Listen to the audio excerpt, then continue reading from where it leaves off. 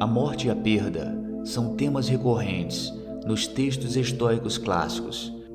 Pessoas que precisamos morrem, pessoas que não conhecemos morrem, e eventualmente nós também morreremos.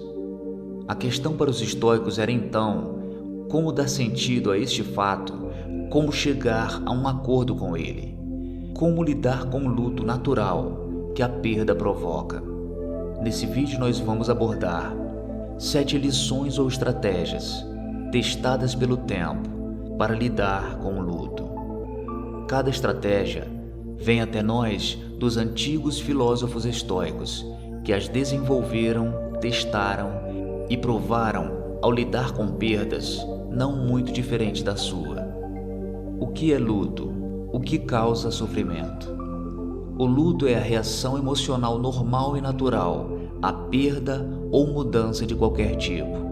Por si só, o luto não é uma condição patológica, nem um transtorno de personalidade. Os estoicos acreditavam que as situações que causam sofrimento se desenrolavam dessa forma.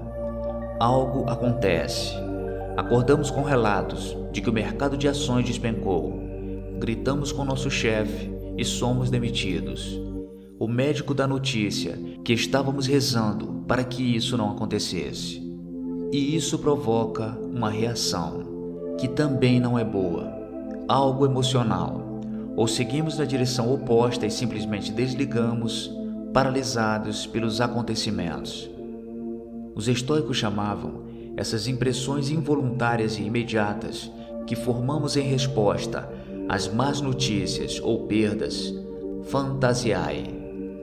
Ao contrário do que se poderia pensar, os estoicos foram bastante simpáticos a estas reações. Eles as entendem como naturais e em grande parte fora do nosso controle. O estoicismo não é uma filosofia destinada a mostrar como impedir isso. Em vez disso, o que trata o estoicismo é o que fazer a seguir, o que fazer depois que a primeira impressão involuntária tiver seu momento. O estoico diz a si mesmo que, embora a situação possa parecer assustadora, o que é verdadeiramente importante na vida é como ele escolhe reagir. Como os estoicos lidam com a dor? Os estoicos são frequentemente estereotipados como suprimindo as suas emoções, mas a sua filosofia pretendia, na verdade, ensinar-nos a enfrentar, processar e lidar com as emoções imediatamente, em vez de fugir delas. Por mais tentador que seja enganar a si mesmo ou esconder-se de uma emoção poderosa como a dor, dizendo a si mesmo e a outras pessoas que você está bem, a consciência e a compreensão são melhores. A distração pode ser agradável a curto prazo, mas é preciso enfrentá-lo agora. Processe e analise o que você está sentindo. Remova suas expectativas, seus direitos, sua sensação de ter sido injustiçado. Encontre o lado positivo da situação, mas também sente-se com a sua dor e aceite-a, lembrando que faz parte da vida. É assim que se vence a dor. E então, sempre otimistas, os estoicos exortariam você a procurar o lado positivo da situação. Como disse Sêneca, então foi tudo em vão que você teve um amigo assim? Durante tantos anos, em meio a associações tão íntimas, depois de uma comunhão tão íntima de interesses pessoais, nada foi realizado? Você enterra a amizade junto com um amigo? E por que lamentar tê-lo perdido, se não adianta tê-lo possuído? Acredite em mim, grande parte daqueles que amamos, embora o acaso os tenha removido, ainda permanece conosco. O passado é nosso e não há nada mais seguro para nós do que aquilo que foi. Os estoicos também encontraram conforto em saber que não estavam sozinhos nessa jornada. Quem afirma que não é um golpe forte, mas faz parte do ser humano, diz Sêneca. E procurando apontar exemplos de grandes homens e mulheres que superaram as adversidades, insiste como é muito mais difícil encontrar famílias que tenham evitado quaisquer ocorrências desastrosas. Então lembre-se, se isso oferece pelo menos um pouco de consolo, você não está sozinho. Nós estamos todos juntos nisso. E agora eu vou te apresentar as 7 estratégias atemporais do estoicismo para lidar com o luto. Número 1. Prepare sua mente. Sêneca diz: estou guiando você para o lugar onde todos que buscam escapar da fortuna devem buscar refúgio. Estudos filosóficos. Eles curarão sua ferida, arrancarão de sua memória toda tristeza enraizada. Mesmo que você não tivesse feito deles seu companheiro constante antes, você precisaria fazer uso deles agora. A filosofia não foi criada para a sala de aula, nem feito para ostentação. Sêneca gostava de repetir isso. Não se trata de questões abstratas ou de debater se vivemos ou não numa simulação de computador. A filosofia é para a vida. É algo que o ajuda em tudo que você está enfrentando.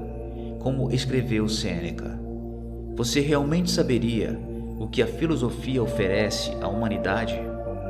A filosofia oferece conselhos. Durante milhares de anos, as mentes mais sábias têm oferecido conselhos e sabedoria àqueles que os procuram. Você será uma dessas pessoas, ou você suportará suas provações apenas esperando que um dia elas mudem magicamente? Você seguirá sua própria orientação? Ou você deixará essas mentes sábias ajudá-lo? Nossos problemas são os mesmos problemas com os quais os humanos sempre lutaram. O que isso significa? Que um guia para esse desafio existe, e existe há milhares de anos: a filosofia. Ela oferece conselhos, oferece ajuda, mas só se você aproveitar isso, se você fizer uso disso e realmente ouvi-la. Número 2. Não esconda as feridas. Sêneca disse: considere que sempre que as doenças se tornam tão ameaçadoras à vida que a sua virulência aumenta apesar do tratamento, a cura é muitas vezes efetuada por métodos opostos. Consequentemente, mostrarei à mente aflita todas as suas tristezas, todas as suas vestes de luto. Este não será um caminho suave para trabalhar um remédio, mas o do cautério e da faca. Viktor Frankl gostava de curar pacientes neuróticos com um método chamado intenção paradoxal. Para a insônia, em vez das terapias padrão, a cura para o paciente era focar em não adormecer. Sêneca tinha uma cura semelhante para a dor. Em menos de 2 anos, seu pai morreu, seu filho primogênito morreu, e 20 dias depois de enterrar seu filho, ele foi banido de Roma. Uma das primeiras coisas que fez no exílio foi escrever consolação a Élvia, uma longa carta consolando a mãe, que havia perdido o marido, o neto primogênito e o filho.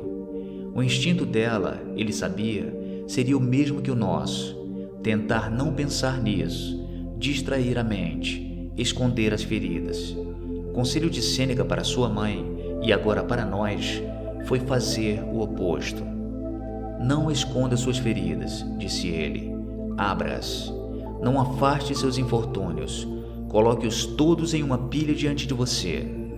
Que forma de consolo é esta, para trazer de volta o sofrimento que foi remetido ao esquecimento e para acalmar a mente quando ela mal consegue suportar uma tribulação à vista de todas as suas tribulações? Sêneca achou que você poderia pensar nisso. Considere, disse ele, quando a gravidade da condição de uma pessoa atinge o pico. A cura é frequentemente encontrada em métodos opostos. O homem irado precisa de gratidão. O homem odioso precisa de amor. Os enlutados precisam de aceitação. A prescrição de Sêneca viria alguns milhares de anos antes de haver pesquisas de apoio.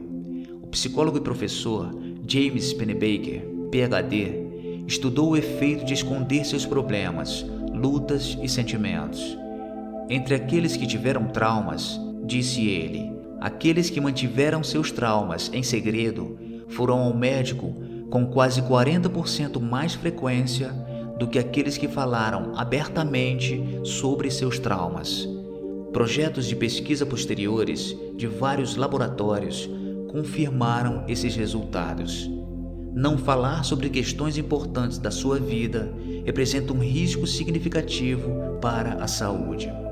Lute contra sua tendência de esconder suas feridas e, em vez disso, faça o oposto. Abra-as, fale sobre elas, coloque-as diante de você. Faça isso com espírito de ousadia, diz Sêneca, determinado a vencer sua dor e não a confiná-la. Número 3. Pense em quão pior poderia ser. Após uma perda trágica, uma viúva explicou: surpreendentemente, uma das coisas que mais me ajudou foi focar nos piores cenários. Durante os primeiros dias de desespero, meu instinto foi tentar encontrar pensamentos positivos, mas me ensinaram ao contrário, que era uma boa ideia pensar em como as coisas poderiam ser piores. Pior? Eu perguntei. Você está brincando comigo? Como isso poderia ser pior? E a resposta foi: seu marido poderia ter tido um ataque enquanto dirigia com seus filhos. E ela pensou: a ideia de que eu poderia ter perdido os 3 nunca me ocorreu. Imediatamente me senti extremamente grata por meus filhos estarem vivos e saudáveis, e essa gratidão superou parte da dor. Em sua própria prática de psicoterapeuta cognitivo, Robertson chama isso de depreciação por análise. Para ajudar as pessoas a lidar com a perda, Robertson direciona seu foco para o conhecimento de que suas sensações dolorosas são temporárias ou que poderiam ser muito piores. Depois de passarmos por uma perda, queremos buscar pensamentos positivos, felizes e alegres. Faz sentido. Espero que isso abafe os pensamentos dolorosos. Mas, semelhante ao conselho de Sêneca, em nossa primeira estratégia, encorajamos você a tentar o oposto. Pense em como poderia ter sido pior. Assim como a viúva, você provavelmente experimentará um sentimento avassalador de gratidão, o que nos leva à nossa próxima estratégia. Número 4. Pratique a gratidão. Marco Aurélio disse: tudo que você precisa é isto: certeza de julgamento no momento presente, ação para o bem comum no momento presente e uma atitude de gratidão no momento presente por qualquer coisa que surgir em seu caminho. A palavra que Epicteto usa para gratidão, eucharistos, significa ver o que realmente está acontecendo em cada momento. Ele disse: é fácil elogiar a providência por qualquer coisa que possa acontecer se você tiver 2 qualidades: uma visão completa do que realmente aconteceu em cada caso e um sentimento de gratidão. Superficialmente, muito do que nos deixa chateados ou que desejamos que não tivesse acontecido é tão questionável que a gratidão parece impossível. Mas se pudermos diminuir o zoom para obter uma visão mais completa, a compreensão e a apreciação poderão surgir. Primeiro, você está vivo. Esse é o lado positivo de toda situação ruim e não deve ser esquecido. Mas, em segundo lugar, tudo o que aconteceu e está acontecendo está trazendo você para onde você está. É contribuir para a pessoa que você se tornou. E isso é uma coisa boa. Essa compreensão, disse Epicteto, ajuda você a ver o mundo em cores, na cor da gratidão. Os estoicos acreditavam que deveríamos sentir gratidão por todas as pessoas e acontecimentos que formam as nossas vidas. Não deveríamos apenas ser gratos pelos presentes que recebemos e pelo relacionamento com amigos e familiares. Devemos também estar conscientes e gratos pelos contratempos, pelos conflitos, pelas perdas. Por quê? Porque são todas essas coisas interligadas e dependentes umas das outras que fizeram de você quem e o que você é hoje. Somente vendo a totalidade das coisas, boas e más, é que você adquire a compreensão necessária para ser verdadeiramente grato. Pode ser aquele relacionamento terrível que implodiu, mas que levou você a conhecer o amor da sua vida. Pode até ser o falecimento de um parente, algo que lhe causou grande tristeza, mas que também o estimulou a construir relacionamentos mais fortes com seus entes queridos. Todas essas coisas são tristes e podem nem levar a um final feliz, mas ainda assim definem o curso da sua vida. E você não seria você sentado aí agora sem elas. Número 5. Pratique aceitação. Sêneca disse: o espírito deve ser treinado para a realização e a aceitação de sua sorte. Não há motivo para ressentimento em tudo isso. Entramos em um mundo em que estes são os termos em que a vida é vivida. Ressentir-se de algo se representa uma injustiça decretada contra você pessoalmente.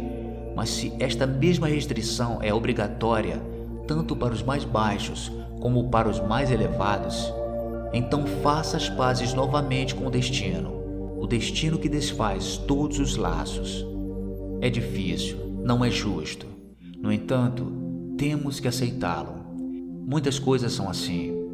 Deixar ir é uma porta de entrada necessária, embora às vezes dolorosa, para uma transformação genuína. Os estoicos chamavam isso a arte da aquiescência, a renúncia e o consentimento de tudo o que aconteceu, em vez de lutar contra isso. Novamente, isso é muito difícil. Se fosse de outra forma, mas não é. Somos pequenos humanos, estamos ligados a um universo e a um destino que é muito maior do que nós. Devemos aceitar o que está fora do nosso controle, desistir e abandonar tudo que não nos pertence mais. Seremos melhores com isso, mesmo que não pareça agora. Número 6. Tudo passa. Marco Aurélio disse: o tempo é um rio, uma violenta corrente de acontecimentos, vislumbrada uma vez e já passada por nós, e outra segue e desaparece. Foi escrito que a própria experiência de Lincoln com a depressão debilitante, melancolia, como era chamada na época, provavelmente contribuiu para suas habilidades únicas como líder. Ele passou a incorporar a máxima estoica: sustine et abstine, suportar e tolerar. Reconheça a dor, mas siga em frente. Faça o que puder, suporte o que for preciso, faça o melhor disso.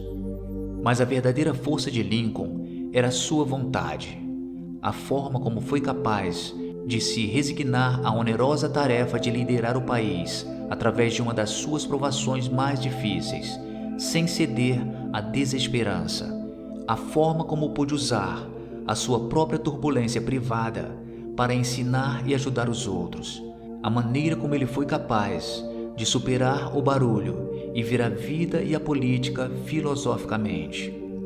Lincoln partilhou uma frase num discurso na Feira Estadual de Wisconsin. O tema do discurso deveria ser agricultura, mas Lincoln decidiu ir um pouco mais a fundo. Ele contou a história de um rei oriental que pediu aos seus filósofos mais sábios que lhe fornecessem uma frase que não fosse apenas verdadeira em todas as situações, mas que também valesse a pena ser ouvida. E eles lhes apresentaram as palavras. Disse Lincoln: e isso também passará. Tudo passa, tanto o bom quanto o mal. Marco Aurélio escreveu da mesma forma, que é útil ter em mente a rapidez com que as coisas passam e desaparecem, as que existem agora e as que estão por vir. Os acontecimentos da sua vida, bons e ruins, belos, trágicos ou aterrorizantes, passam rapidamente por nós. Nenhum deles é estável. Cada um deles desaparece com o tempo devido na correnteza da água e nunca mais é visto. Lembre-se sempre, isso também passará. Número 7. Peça ajuda. Marco Aurélio disse: não tenha vergonha de precisar de ajuda. Você tem um dever a cumprir. assim como um soldado na muralha da batalha. E daí, se você estiver ferido e não conseguir subir sem a ajuda de outro soldado? Um dos equívocos do estoicismo é que se trata de criar super-heróis invencíveis e intocáveis. Que isso reduz você a uma ilha, uma pessoa sozinha, sentada em perfeito contentamento, debaixo de uma árvore em algum lugar.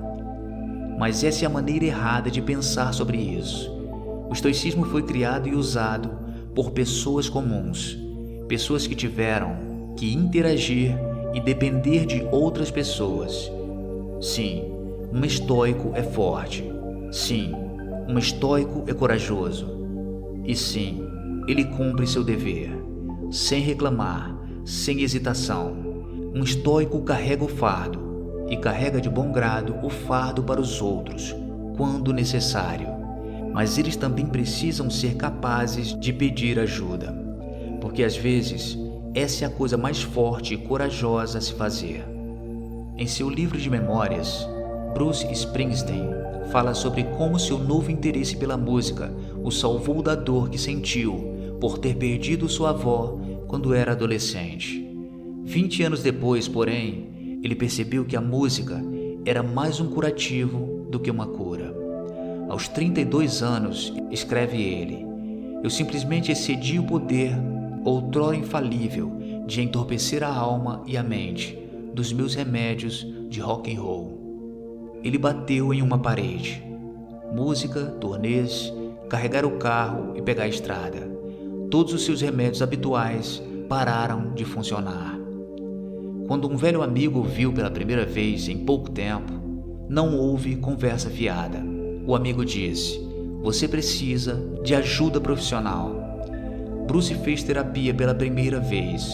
Ele continuou indo por 30 anos. Isso não apenas mudou sua vida, me deu o resto da minha vida, disse ele em uma entrevista. Ele disse, a maneira como eu descreveria isso é que você está diante de uma parede de tijolos e pensa que está vendo tudo o que o mundo é. E então, de repente, você começa a empurrar e de repente um tijolo cai e você olha através dele. Essa outra experiência e existência o completa e você pensa, nossa, tenho vivido em um nível tão limitado e isso apenas expandiu minha visão, também ajudou a me livrar da depressão. Como citamos antes, Marco Aurélio disse, não tenha vergonha de precisar de ajuda. Você tem um dever a cumprir, assim como um soldado na muralha da batalha. E daí, se você estiver ferido e não conseguir subir sem a ajuda de outro soldado? Exatamente. Se precisar de um minuto, pergunte. Se precisar de uma mão amiga, peça. Se precisar de terapia, vá. Se precisar se apoiar em alguém ou em alguma coisa, faça isso. Não há problema nenhum em pedir ajuda. Bem, essas foram as 7 lições ou estratégias estoicas para lidar com o luto. Se você gostou, deixe aqui o seu like e se inscreva no canal para receber todos os próximos vídeos.